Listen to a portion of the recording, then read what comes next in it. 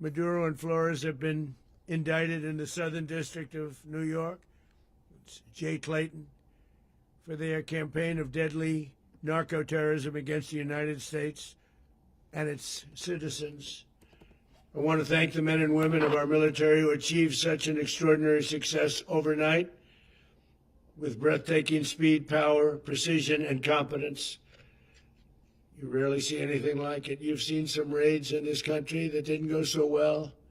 They were an embarrassment. If you look back to Afghanistan, or if you look back to the Jimmy Carter days, they were different days. We're a respected country again, maybe like never before.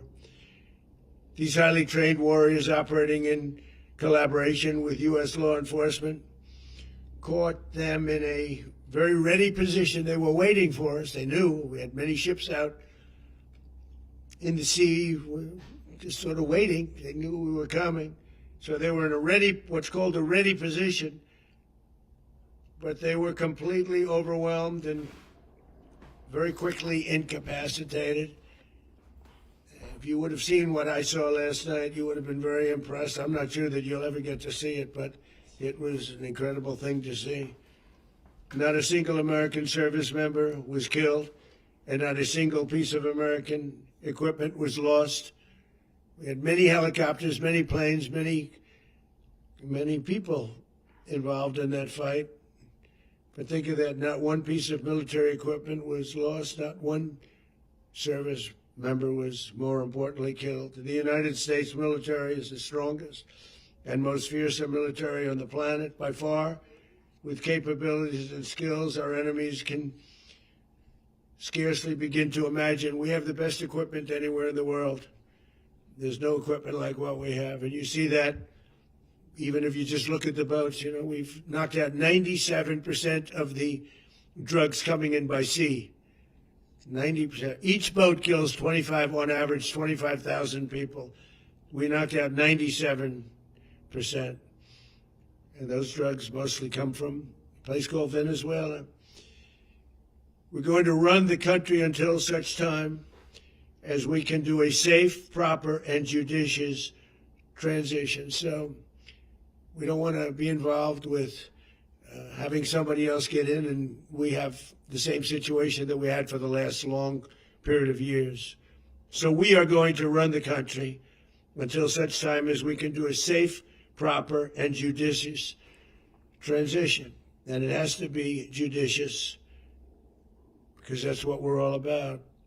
We want peace, liberty, and justice for the great people of Venezuela, and that includes many from Venezuela that are now living in the United States and want to go back to their country. It's their homeland.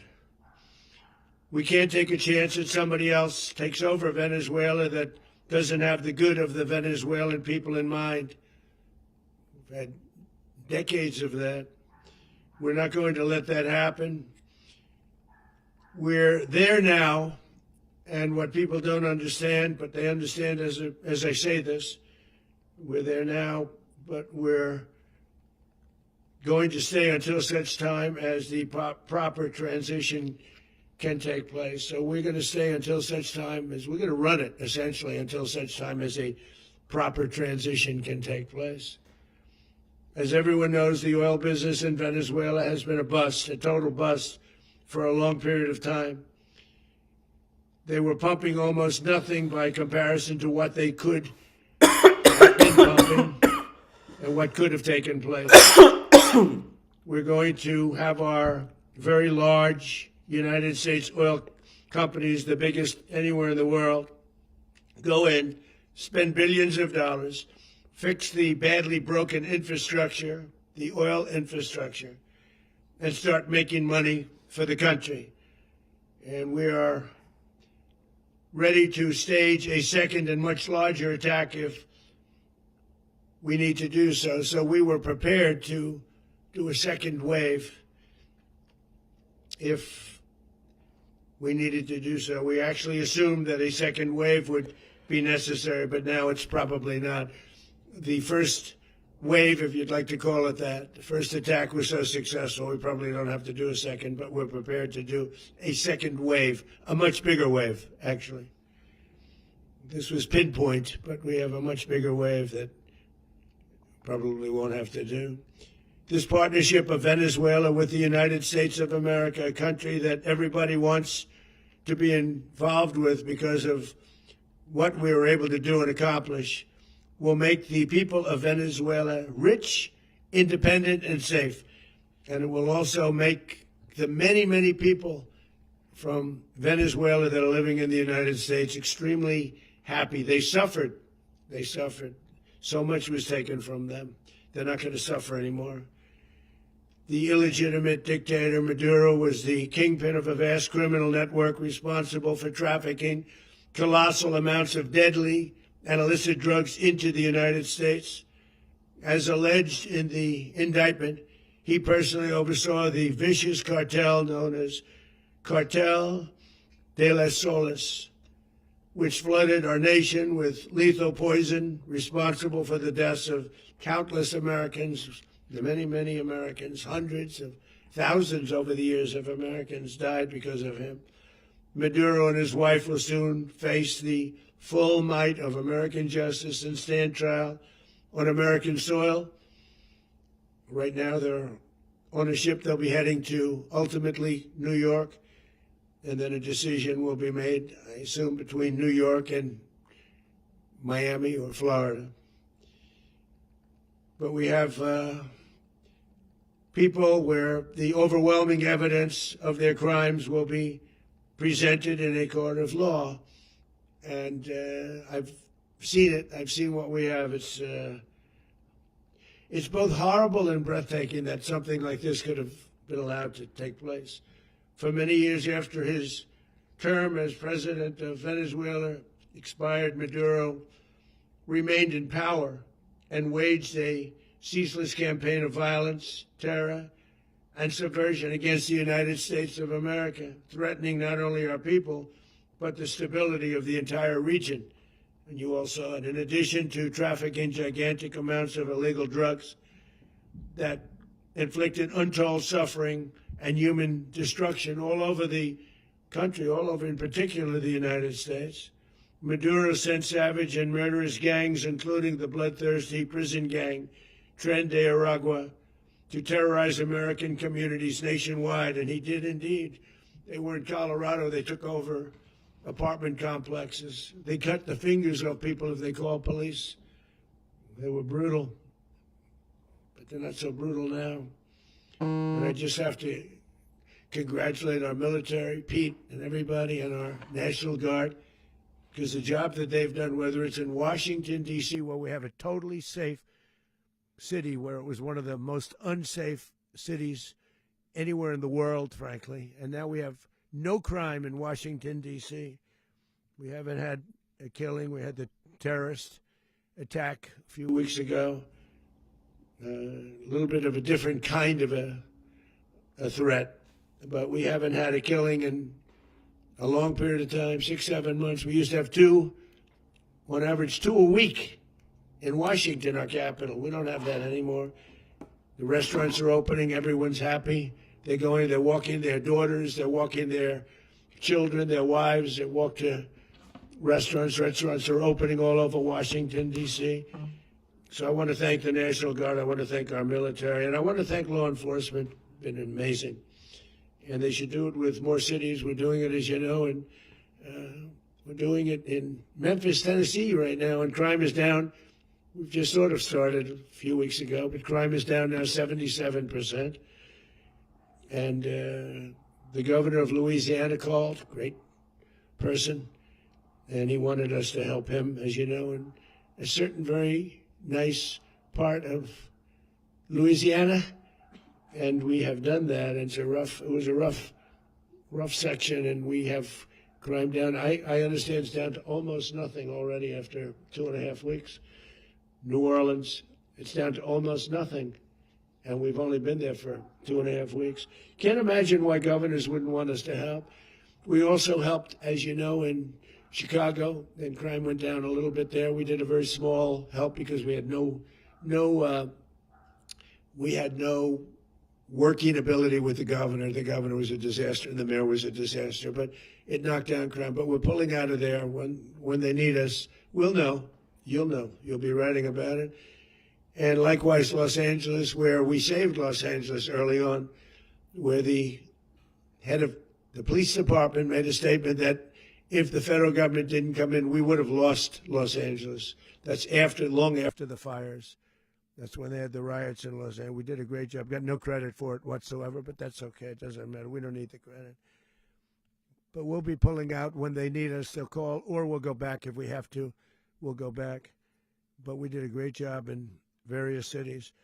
But the place that we're very proud of is Washington, D.C., because it's our nation's capital. We took it from being a crime-ridden mess to being one of the safest cities in the country. But the gangs that they sent raped, tortured, and murdered American women and children. They were in all of the cities I mentioned, Tren de Aragua. And they were sent by Maduro to terrorize our people, and now Maduro will never again be able to threaten an American citizen or anybody from Venezuela. There will no longer be threats. For years I've highlighted the stories of those innocent Americans whose lives were so heartlessly robbed by this Venezuelan terrorist organization. Really one of the worst. One of the worst, they say the worst. Americans like 12-year-old Jocelyn Nungari from Houston. Beautiful Jocelyn Nungari, what happened to her? They, as you know, they kidnapped, assaulted, and murdered by Tren de Aragua animals. They murdered Jocelyn and left her dead under the bridge. There was a bridge that will never be the same to so many people after seeing what happened. As I've said many times, the Maduro regime emptied out their prisons, sent their worst and most violent monsters into the United States to steal American lives. And they came from mental institutions and insane asylums. They came from prisons and jails. The reason I say both, they sound similar. Actually, prisons, a little bit more hostile, a little bit tougher. A mental institution isn't as tough as an insane asylum, but we got them both. They sent from their mental institutions. They sent from their jails, prisons. They were drug dealers. They were drug kingpins. They sent everybody bad into the United States, but no longer. And we have now a border where nobody gets through. In addition, Venezuela unilaterally seized and stole American oil, American assets, and American platforms, costing us billions and billions of dollars. They did this a while ago, but we never had a president that did anything about it. They took all of our property. It was our property. We built it. And we never had a president that decided to do anything about it. Instead, they fought wars that were 10,000 miles away. We built Venezuela oil industry with American talent, drive, and skill, and the socialist regime stole it from us during those previous administrations, and they stole it through force. This constituted one of the largest thefts of American property in the history of our country. Considered the largest theft of property in the history of our country. Massive oil infrastructure was taken like we were babies, so we didn't do anything about it. I would have done something about it. America will never allow foreign powers to rob our people or drive us back into and out of our own hemisphere. That's what they did. Furthermore, under the now deposed dictator Maduro, Venezuela was increasingly hosting foreign adversaries in our region and acquiring menacing offensive weapons that could threaten U.S. interests and lives. And they used those weapons last night. Potentially in league with the cartels operating along our border. All of these actions were in gross violation of the core principles of American foreign policy, dating back more than 2 centuries, and not anymore. All the way back, it dated to the Monroe Doctrines. And the Monroe Doctrine is a big deal, but we've superseded it by a lot. by a real lot. They now call it the Monroe document. I don't know. It's Monroe Doctrine. We sort of forgot about it. It was very important, but we forgot about it. We don't forget about it anymore. Under our new national security strategy, American dominance in the Western Hemisphere will never be questioned again. Won't happen. So just in concluding, for decades, other administrations have neglected or even contributed to these growing security threats in the Western Hemisphere. Under the Trump administration, we are reasserting American power in a very powerful way in our home region. And our home region is very different than it was just a short while ago. The future will be, and we did this in my first term. We had great dominance in my first term, and we have far greater dominance right now. Everyone's coming back to us. The future will be determined by the ability to protect commerce and territory and resources that are core to national security. These are core to our national security. Just like tariffs they've made our country rich, and they've made our national security stronger than ever before. But these are the iron laws that have always determined global power. And we're going to keep it that way. We will secure our borders. We will stop the terrorists. We will crash the cartels, and we will defend our citizens against all threats, foreign and domestic. Other presidents may have lacked the courage or whatever to defend America, but I will never allow terrorists and criminals to operate with impunity against the United States. This extremely successful operation should serve as warning to anyone who would threaten American sovereignty or endanger American lives. Very importantly, the embargo on all Venezuelan oil remains in full effect. The American Armada remains poised in position, and the United States retains all military options until United States demands have been fully met and fully satisfied. All political and military figures in Venezuela should understand what happened to Maduro can happen to them, and it will happen to them if they aren't just, fair, even to their people. The dictator and terrorist, Maduro, is finally gone, and Venezuela people are free. They're free again. It's been a long time for them, but they're free. America is a safer nation. This morning, it's a prouder nation this morning because it didn't allow this horrible person and this country that was doing very bad things to us. It didn't allow it to happen. And the Western Hemisphere is right now a much safer place to be. So I want to thank everybody for being here. I want to thank General Raisin Kane. He's a fantastic man. I've worked with a lot of generals. I worked with some I didn't like. I worked with some I didn't respect. I worked with some that just weren't good. But this guy is fantastic. I watched last night one of the most precise attacks on sovereignty. I mean, it was an attack for justice. And I'm very proud of him, and I'm very proud of our Secretary of War, Pete Hegseth, who I'm going to ask to say a few words. Thank you very much.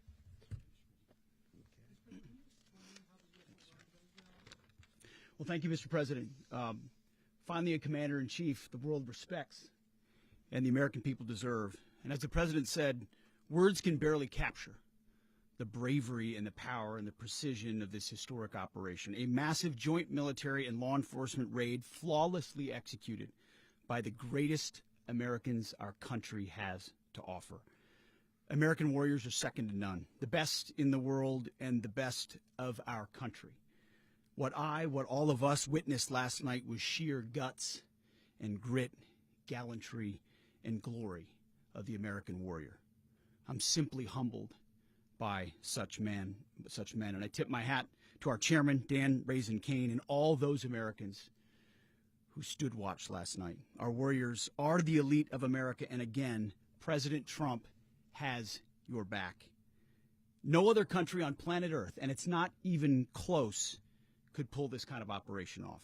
And no other president has ever shown this kind of leadership, courage, and resolve. The most powerful combination the world has ever seen.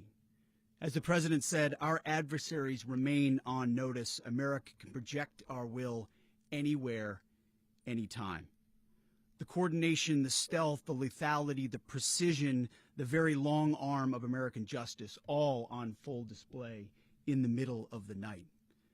Nicolas Maduro had his chance, just like Iran had their chance, until they didn't and until he didn't.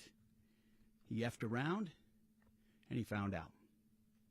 President Trump is deadly serious about stopping the flow of gangs and violence to our country, deadly serious about stopping the flow of drugs and poison to our people, deadly serious about getting back the oil that was stolen from us, and deadly serious about reestablishing American deterrence and dominance in the Western Hemisphere.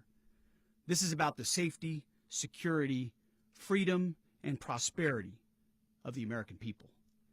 This is America first. This is peace through strength. And the United States War Department is proud to help deliver it. Welcome to 2026. And under President Trump, America is back. I'd like to welcome now our chairman, Chairman Raising Cane, to give a few more details about the operation. Mr. Chairman. Thank you, Mr. Secretary. Thank you, Mr. President, and good morning. Last night, on the order of the President of the United States and in support of a request from the Department of Justice, as the President said, the United States military conducted an apprehension mission in Caracas, Venezuela, to bring to justice two indicted persons, Nicolas and Cecilia Maduro. This operation, known as Operation Absolute Resolve, was discreet, precise, and conducted during the darkest hours of January 2nd and was the culmination of months of planning and rehearsal, an operation that, frankly, only the United States military could undertake. What I'd like to do this morning is talk to you through some of the preparation and the details without compromising any of our tactics, techniques, and procedures. There is always a chance that we'll be tasked to do this type of mission again. Our interagency work began months ago and built on decades of experience of integrating complex air, ground, space, and maritime operations. While the past 2 decades have honed the skills of our special operations forces, this particular mission required every component of our joint force, with soldiers, sailors, airmen, Marines, and Guardians working in unison with our intelligence agency partners and law enforcement teammates in an unprecedented operation. We leveraged our unmatched intelligence capabilities and our years of experience in hunting terrorists, and we could not have done this mission without the incredible work by various intelligence agencies, including the CIA, NSA, and NGA. We watched, we waited, we prepared, we remained patient and professional. This mission was meticulously planned, drawing lessons from decades of missions over the last many years, many missions over these last many years. This was an audacious operation that only the United States could do. It required the utmost of precision and integration within our joint force. And the word integration does not explain the sheer complexity of such a mission.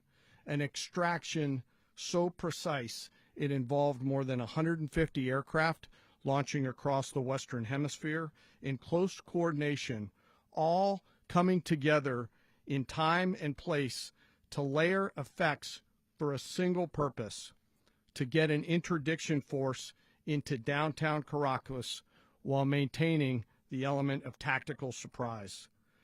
Failure of one component of this well-oiled machine would have endangered the entire mission, and failure is never an option for America's joint force. Those in the air over Caracas last night were willing to give their lives for those on the ground and in the helicopters. Let me talk a little bit about the preparation. After months of work by our intelligence teammates to find Maduro and understand how he moved, where he lived, where he traveled, what he ate, what he wore, what were his pets, in early December, our force was set pending a series of aligned events. Key was choosing the right day to minimize the potential for civilian harm and maximize the element of surprise and minimize the harm to the indicted personnel so, as the president said, they could be brought to justice. And as the president said earlier today, weather in Venezuela is always a factor this time of the year. And over the weeks through Christmas and New Year's, the men and women of the United States military sat ready, patiently waiting for the right triggers to be met and the president to order us into action.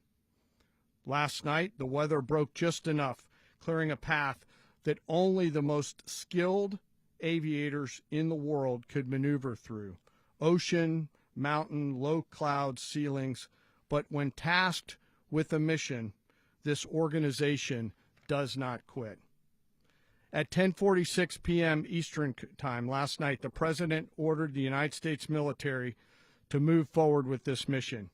He said to us, and we appreciate it, Mr. President, good luck and Godspeed. And those words were transmitted to the entire joint force. Over the course of the night, aircraft began launching from 20 different bases on land and sea across the Western Hemisphere. In total, more than 150 aircraft, bombers, fighters, intelligence, reconnaissance, surveillance, rotary wing were in the air last night. Thousands and thousands of hours of experience were airborne. Our youngest crew member was 20, and our oldest crew member was 49, and there's simply no match for American military might. As the night began, the helicopters took off with the extraction force, which included law enforcement officers, and began their flight into Venezuela at 100 feet above the water. As they approached Venezuelan shores, the United States began layering different effects provided by Spacecom, Cybercom, and other members of the interagency to create a pathway. Overhead, those forces were protected by aircraft from the United States Marines, the United States Navy, the United States Air Force, and the Air National Guard. The force included F-22s, F-35s, F-18s, EA-18s, E-2s, B-1 bombers, and other support aircraft, as well as numerous remotely piloted drones. As the force began to approach Caracas, the Joint Air Component began dismantling and disabling the air defense systems in Venezuela, employing weapons to ensure the safe passage of the helicopters into the target area. The goal of our air component is, was, and always will be to protect the helicopters and the ground force and get them to the target and get them home.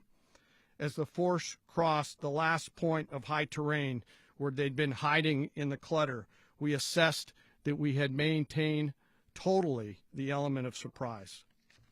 As the helicopter force ingressed towards the objective at low level, we arrived at Maduro's compound at 1:01 a.m. Eastern Standard Time, or 2:01 a.m. Caracas local time, and the apprehension force descended into Maduro's compound and moved with speed, precision, and discipline towards their objective and isolated the area to ensure the safety and security of the ground force while apprehending the indicted persons. On arrival into the target area, the helicopters came under fire, and they replied with that fire with overwhelming force in self-defense. One of our aircraft was hit but remained flyable, and as the president said earlier today, all of our aircraft came home, and that aircraft remained flyable during the rest of the mission. As the operation unfolded at the compound, our air and ground intelligence teams provided real-time updates to the ground force, ensuring those forces could safely navigate the complex environment without unnecessary risk. The force remained protected by overhead tactical aviation. Maduro and his wife, both indicted, gave up and were taken into custody by the Department of Justice, assisted by our incredible U.S. military with professionalism and precision, with no loss of U.S. life. After securing the indicted persons, the force began to prep for departure. Helicopters were called in to exfiltrate the extraction force, while fighter aircraft and remotely piloted aircraft provided overhead coverage and suppressive fire. There were multiple self-defense engagements as the force began to withdraw out of Venezuela. The force successfully exfiltrated and returned to their afloat launch bases, and the force was over the water at 3:29 a.m. Eastern Standard Time with indicted persons on board, and both Maduro and his wife were embarked aboard the USS Iwo Jima. In closing, what we've witnessed today is a powerful demonstration of America's joint force. We think, we develop, we train, we rehearse, we debrief, we rehearse again and again, not to get it right, but to ensure that we cannot get it wrong. Our jobs are to integrate combat power so when the order comes, we can deliver overwhelming force at the time and the place of our choosing against any foe anywhere in the world. I am immensely proud today of our joint force and filled with gratitude to represent them here today. There is simply no mission too difficult for these incredible professionals and the families that stand by them and support them. As we stand here this morning, our forces remain in the region at a high state of readiness, prepared to project power, defend themselves, and our interests in the region. This operation is a testament to the dedication and unwavering commitment to justice and our resolve to hold accountable those who threaten peace and stability. In closing, I want to express my heartfelt gratitude to the brave men and women who executed this mission. Their courage and tireless commitment to our nation are what makes us strong. Thank you, Mr. Secretary, and thank you, Mr. President. Well, I don't have much to add to what you've heard now, other than the following points. Nicolas Maduro was indicted in 2020 in the United States. He is not the legitimate president of Venezuela. That's not just us saying it. The first Trump administration, the Biden administration, the second Trump administration, none of those three recognized him. He's not recognized by the European Union and multiple countries around the world. He is a fugitive of American justice with a $50 million reward, which I guess we saved $50 million. And make sure. Yeah, exactly. But don't let anybody claim it. Nobody deserves it but us. But I want to be clear about one thing. Nicolas Maduro had multiple opportunities to avoid this. He was provided multiple very, very, very generous offers and chose instead to act like a wild man, chose instead to play around. And the result is what we saw tonight. The other message here is the following. You have a guy, like many people around the world, they like to play games. You have a guy who decides he's going to invite Iran into his country, is going to, do the confiscation of American oil companies, is going to flood our country with gang members, is going to take Americans prisoner and try to hold them for hostage and trade them like he was able to do with the Biden administration. Basically likes to play games all this time and thinks nothing's going to happen. And I hope what people now understand is that we have a president. The 47th president of the United States is not a game player. When he tells you that he's going to do something, when he tells you he's going to address a problem, he means it. He actions it. I can tell you, I've watched this process now for 14, 15 years, been around it. Everybody talks. I'm going to do this. I'm going to do that. When I get there, we're going to do this. We're going to take. This is a president of action. Like, I don't understand yet how they haven't figured this out. And now, if you don't know, now you know. Because this is the way it's going to play out. And I think people need to understand that this is not a president that just talks and does letters and press conferences. And, if he says he's serious about something, he means it. And this is something that was a direct threat to the national interest of the United States, and the president addressed it.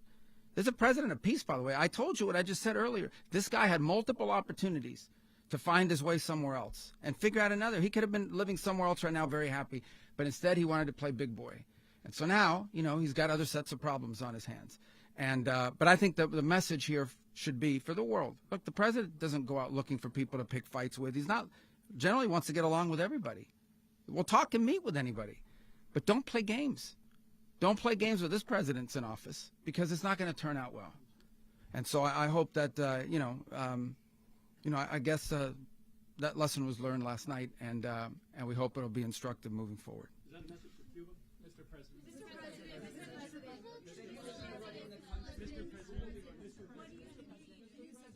Please. Well, we're going to be running it with a group, and we're going to make sure it's run properly. We're going to rebuild the oil infrastructure, which will cost billions of dollars. It'll be paid for by the oil companies directly. They will be reimbursed for what they're doing, but that's going to be paid. And we're going to get the oil flowing the way it should be. As you know, it was just a minor flow. It was actually a minor flow for what they have. But we're going to run it properly, and we're going to make sure the people of Venezuela are taken care of. We're going to make sure the people that were forced out of Venezuela by this thug are also taken care of. President, does the U.S. running the country mean that U.S. troops will be on the ground? How will that work? Well, you know, they always say boots on the ground. Oh, so we're not afraid of boots on the ground if we have to have. We had boots on the ground last night at a very high level, actually. We're not afraid of it. We don't mind saying it. But we're going to make sure that that country is run properly. We're not doing this in vain. This is a very dangerous attack. This is an attack that could have gone very, very badly. Could have gone very badly. We could have lost a lot of people last night. We could have lost a lot of dignity. We could have lost a lot of equipment. The equipment is less important, but we could have lost a lot. And we're going to make sure that this is proper. We're there now. We're ready to go again if we have to. We're going to run the country right. It's going to be run very judiciously, very fairly. It's going to make a lot of money. We're going to give money to the people. We're going to reimburse people that were taken advantage of. We're going to take care of everybody. It's very important. We couldn't let them get away with it. You know, they stole our oil. We built that whole industry there, and they just took it over like we were nothing. And we had a president that decided not to do anything about it. So we did something about it. We're late, but we did something about it. Yeah, please. Mechanism by which you're going to run the country? Are you going to designate a U.S. official to coordinate? Yes, it's all being done right now. We're designating people. We're talking to people. We're designating various people, and we're going to let you know who those people are. Would run Venezuela? Well, it's largely going to be for a period of time the people that are standing right behind me. We're going to be running it. We're going to be bringing it back. It's a dead, you know, I talk about a dead country. A year and a half ago, we were a dead country. Now we're the hottest country anywhere in the world. We're a country doing better than any country anywhere in the world. And it required leadership. Venezuela has a lot of bad people in there, a lot of bad people that shouldn't be leading. We're not going to take a chance that one of those people take over for Maduro. So you can look at, and others, we have fantastic people, including people in the military. So we're going to have a group of people running it until such time as it can be put back on track, make a lot of money for the people, and give people a great way of life, and also reimbursement for people in our country that were forced out of Venezuela. Rubio would be. You said earlier today that you weren't going to back Machado to come back and be the opposition leader in your Fox and Friends interview. And then you also mentioned the vice president of Venezuela. Are you going to work with the vice president of Venezuela, or how do you foresee the relationship Well, going? I understand she was just sworn in, but she was, as you know, picked by Maduro.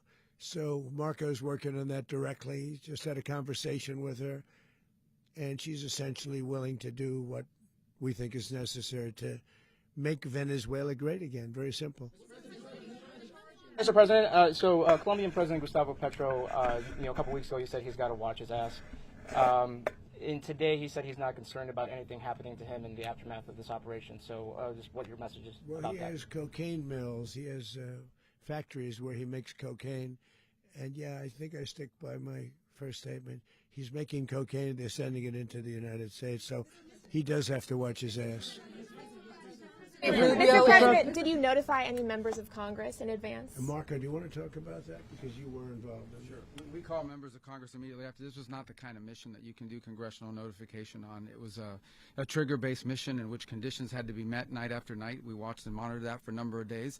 So it's just simply not the kind of mission you can call people and say, hey, we may do this at some point in the next 15 days. But it's largely a law enforcement function. Remember, at the end of the day, at its core, this was an arrest of 2 indicted fugitives of American justice, and the Department of War supported the Department of Justice in that job. Now, there are broader policy implications here, but it's just not the kind of mission that you can pre-notify because it endangers the mission. Plus, if I could add one thing to that, Congress has a tendency to leak. This would not be good. If they leaked, General, I think it would have been maybe a very different result. But I have to say, they knew we were coming at some point, you know. A lot of ships out there, they sort of knew we were coming. We went through. But Congress will leak, and we don't want leakers. People to watch this all play out live. What was Maduro doing when the U.S. forces entered what I assume would be his home? And also, was there any point where the U.S. was considering if Maduro pushed back or resisted killing Maduro? It could have happened. It could have happened. He was trying to get into a safe place. You know what a safe place is, all steel. And he wasn't able to make it to the door because our guys were so fast. They went through the opposition so fast. And there was a lot of opposition. You know, people were wondering, do we get them by surprise? Sort of surprised, but they were waiting for something. It was a lot of opposition. There was a lot of gunfire. You saw some of it today. But he was trying to get to a safe place, which wasn't safe because we would have had the door blown up in about 47 seconds, they say on average, regardless of how thick the steel was. It was a very thick door. It was a very heavy door, but he was unable to get to that door. He made it to the door. He was unable to close it. Go ahead, finish.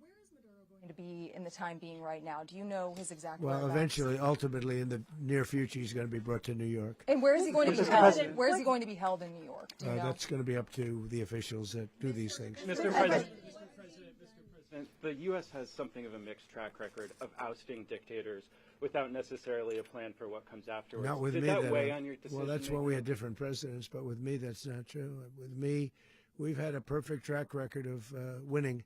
We win a lot, and we win. If you look at Soleimani, you look at al-Baghdadi, you look at the Midnight Hammer. Midnight Hammer was incredible. Right now, you wouldn't have peace in the Middle East. We have essentially peace in the Middle East because of that. If we weren't successful with Midnight Hammer, you wouldn't have peace in the Middle East. So, with me, you've had a lot of victory. You've had only victories. You've had no losses. Yeah.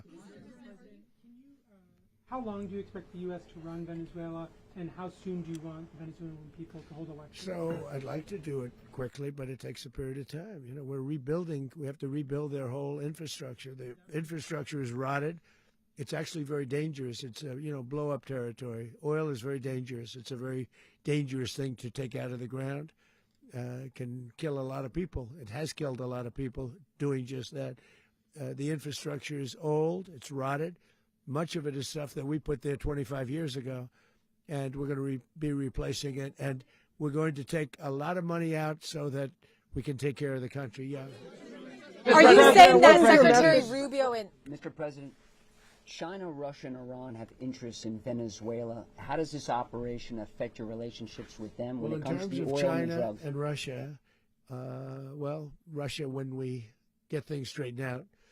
But in terms of other countries that want oil, we're in the oil business. We're going to sell it to them. We're not going to say we're not going to give it to them. In other words, we'll be selling oil probably in much larger doses because they couldn't produce very much because their infrastructure was so bad. So we'll be selling large amounts of oil to other countries, many of whom are using it now, but I would say many more will come. Are you saying, Mr. President, are you saying that, Mr. President, are you saying that, Mr. President, thank you. What is your message to the people of Venezuela today? Of course, the civilian population specifically, they have a lot of questions. What is your message to the people of Venezuela? That you're going to have peace, justice. You're going to have some of the riches that you should have had for a long period of time. It was stolen from you. But you're going to have peace, and you're going to have safety. You're going to have justice. You're going to have a country. You're going to have a real country. You're going to have potentially a great country. You know, if you go back 20 years, maybe even a little longer ago, that was a great country, and they destroyed it. Remember I said that if we lose this election, the United States will be Venezuela on steroids. That's what would have happened. Had we lost the election, the 2024 election, we suffered so badly. When you look at the border from 2020, what they did, what Joe Biden administration did to our country should never be forgotten.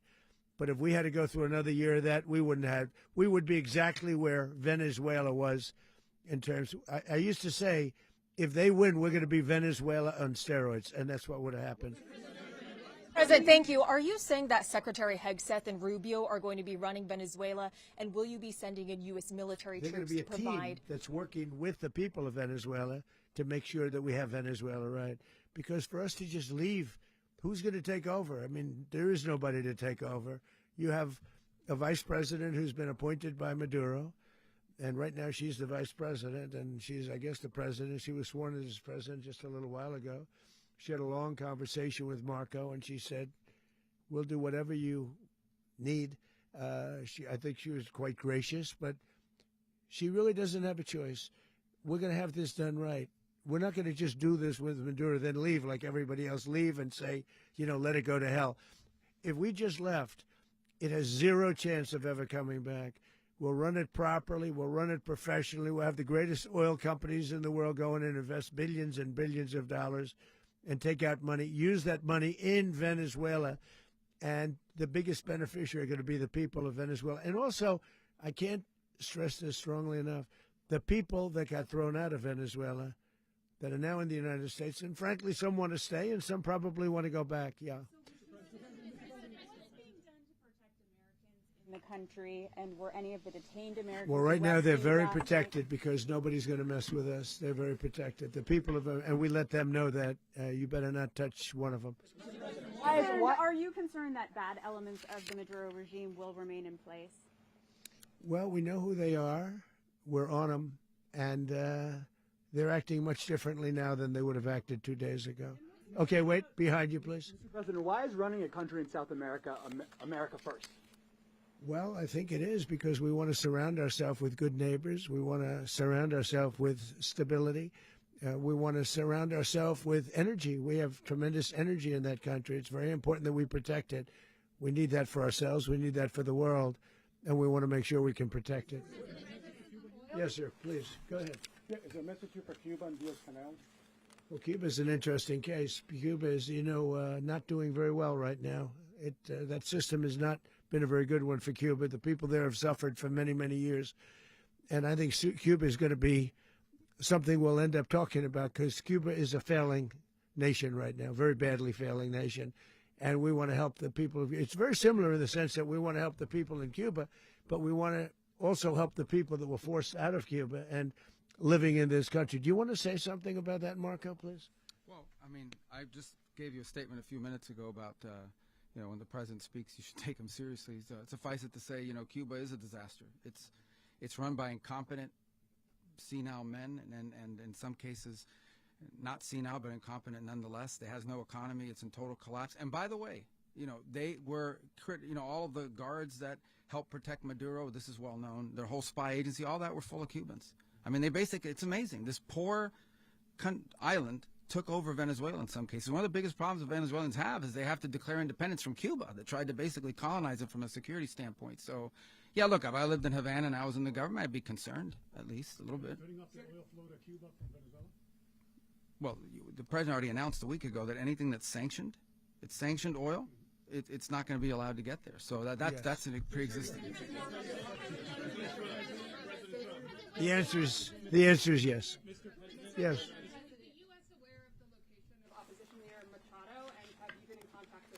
No, we haven't. No, we haven't. Mr. President.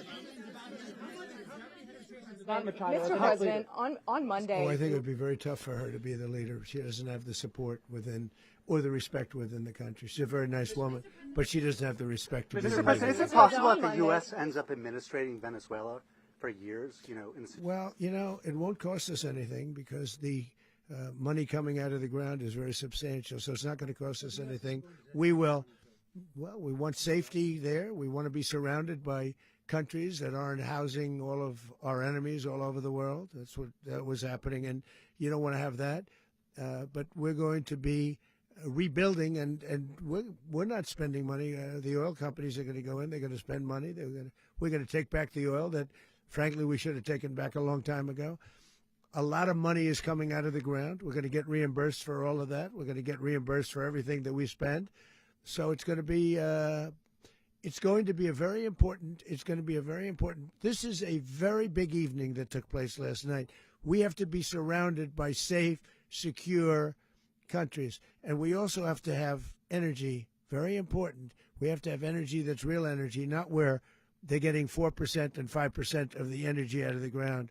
You take a look. It was such a disaster. So what's going to happen with Venezuela, I think, over the next period of a year, is going to be a great thing, and the people of Venezuela will be the biggest beneficiaries. Going to send in U.S. military. Mr. President, thank you. What did you last speak to Maduro about when you spoke? And is the Well, US I don't want to at get war into with the Venezuela? conversations, but I did have conversations with him, and I said, you got to surrender. And I actually thought he was pretty close to doing so, but now he wished he did, yeah. You said that Maduro is responsible for drug trafficking. You recently pardoned the former president of Honduras who was convicted of many drug trafficking. Can you explain how these two situations are different? And would you ever pardon Maduro? I endorsed, as you know, the winning president, the man who won in Honduras. I endorsed the man who won in Chile. I endorsed the man who won in Argentina. And we are doing very well with that whole group. What the man that I pardoned was, if you could equate it to us, he was treated like the Biden administration treated a man named Trump. That didn't work out too well for them. This was a man who was persecuted very unfairly. He was the head of the country. He was persecuted very unfairly. And there are a number of them. And we felt that it was a very unfair situation that happened to him. He's also a party member of the man who won. So obviously the people liked what I did. And one of the reasons that was done is because of the fact that the party in power felt very strongly that that man was treated very badly. I studied it very quickly, and then I studied it in great detail. I went to a lot of the people standing behind me, and they felt that that man was persecuted and treated very badly. That's why I gave him a pardon. You referenced boots on the ground earlier. Can you just sort of button this up? Do you envision the U.S. military having a presence in Venezuela as the U.S. runs that Well, country? no, we're going to have a presence in Venezuela as it pertains to oil, because we have to have, we're sending our expertise in. So you may need something, not very much. But no, we're going to be taking out a tremendous amount of wealth out of the ground. And that wealth is going to the people of Venezuela and people from outside of Venezuela that used to be in Venezuela. And it goes also to the United States of America in the form of reimbursement for the damages caused us by that country. So I want to thank you all very much. Thank you. Do you have one? Yes, please. You were so nice before. I'm going to give you the final question. Go ahead. Thank you, Mr. Unless it's a bad question, in It's which about case I'll Putin. go one word. It's about who? It's about Putin, if you want. About Putin. Well, that's Okay. always nice You had to a talk phone- about Putin. You had a phone call with him Yeah. on Monday. Did he talk at all about Maduro? Did y'all talk about this? No, we didn't. And We then- never spoke about Maduro. Are you mad at him right now? I mean, there's this I'm not intelligence. thrilled with Putin. I'm not thrilled with Putin. He's killing too many people. I thought that would be so. I settled 8 1/4 war. You know what the 1/4 was? Thailand and Cambodia. I did it again. They broke out, and I did it in about 5 hours, and I settled it. I'm giving myself 1/4, so I'm up to now 8 1/4. In other words, I settled the war, but then they broke out. They had a pretty bad breakout over the last 4 days. I got them to go back to peace, so I only give 1/4. I thought the easiest one would be, one of the easier ones would be Russia, Ukraine. It's not, and they both have done some pretty bad things. And look, that's Biden's war. That's not my war. But I want to stop the lives. Did you see where last month 30,000? It was 27,000 the month before. 30,000, mostly soldiers, were killed this last month. 30,000. I want to stop that. You know, I got NATO to pay 5% instead of the 2% that they weren't paying. They weren't paying 2, now they pay 5. And we send them a lot of munitions. We send them a lot of things, missiles and various other things, a lot. And they pay. The United States is not losing money. We're probably making money on that. It's the last thing I care about. I just want to stop all those people. We're losing 25, 30,000 human beings. They come from 2 places that are very far away. But if I can stop, because it's something I've been pretty good at doing, deals, I guess. It's all a deal. Life is a big deal. But if I can stop that war and stop 30,000 young people, in addition to the fact that people are being killed in Kiev, people are being killed in other cities throughout, a much smaller number, but they're being killed, viciously killed. So I'm not happy about it. I thought that would be something that would get solved. We have Mr. Witkoff here. I think that we're making progress, but That's a war that should have never happened. If I were president, it would have never happened. Putin says it. Everybody says it. If I were president, that would have never happened. But I inherited that war. That was Joe Biden, Zelensky, and Putin. I came into the situation, and it's a mess. And I will say this. I watched an operation last night that was so precise, that was so brilliant. I mean, it was incredible. If we had our people, like this general and our people involved, that war would not have gone on very long, that I can tell you. That war, to use an old term, that war has become a bloodbath, and we want it to get stopped. Thank you very much, everybody.